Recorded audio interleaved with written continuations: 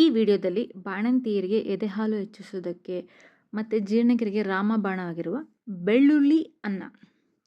Hello guys, welcome to my channel. ಬೇಕಾಗಿರುವ ಪದಾರ್ಥಗಳು: ಬೆಳ್ಳುಳ್ಳಿ, ಜೀರಿಗೆ, ಖಾರದ ಪುಡಿ ಮತ್ತು ಉಪ್ಪು.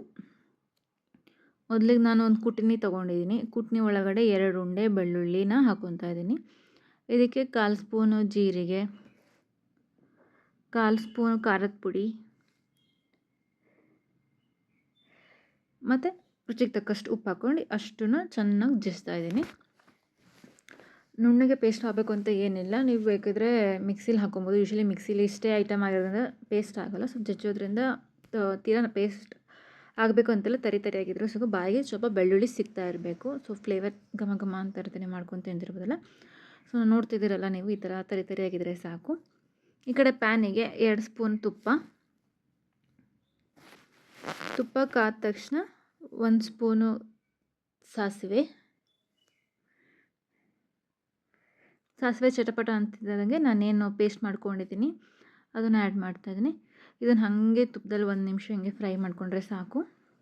ಬಾಣಂತಿ ಟೈಮಲ್ಲಿ ಖಾರ ಜಾಸ್ತಿ ತಿನ್ನಬಾರ್ದು, ಅದಕ್ಕೆ ನಾನು ಸ್ವಲ್ಪ ಖಾರದ ಪುಡಿ ಹಾಕ್ಕೊಂಡಿರೋದಿಲ್ಲಿ. ನೀವು ಲಾಸ್ಟಿಗೆ ಸರ್ವ್ ಮಾಡ್ಬೇಕಾದ್ರೆ ಒಂದು ಸ್ವಲ್ಪ ಕೊತ್ತಂಬರಿ ಸೊಪ್ಪನ್ನ ಆ್ಯಡ್ ಮಾಡ್ತಾಯಿದ್ದೀನಿ.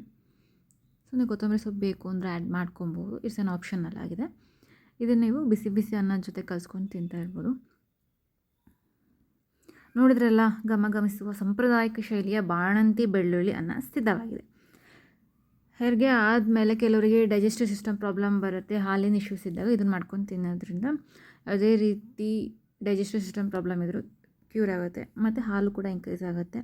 ಇದನ್ನು ವಾರಕ್ಕೆ 2 ಸತಿ ತಿನ್ನೋದ್ರಿಂದ ತಾಯಿ ಮತ್ತು ಮಗು ಇಬ್ಬರಿಗೂ ಆರೋಗ್ಯಕ್ಕೂ ತುಂಬ ಒಳ್ಳೆಯದಾಗಿರುತ್ತೆ. ಚಳಿಗಾಲದಲ್ಲಿ ಎಸ್ಪೆಷಲಿ ತಿನ್ನೋದ್ರಿಂದ ಕೋಲ್ಡ್ ಕೂಡ ಕಮ್ಮಿ ಆಗುತ್ತೆ.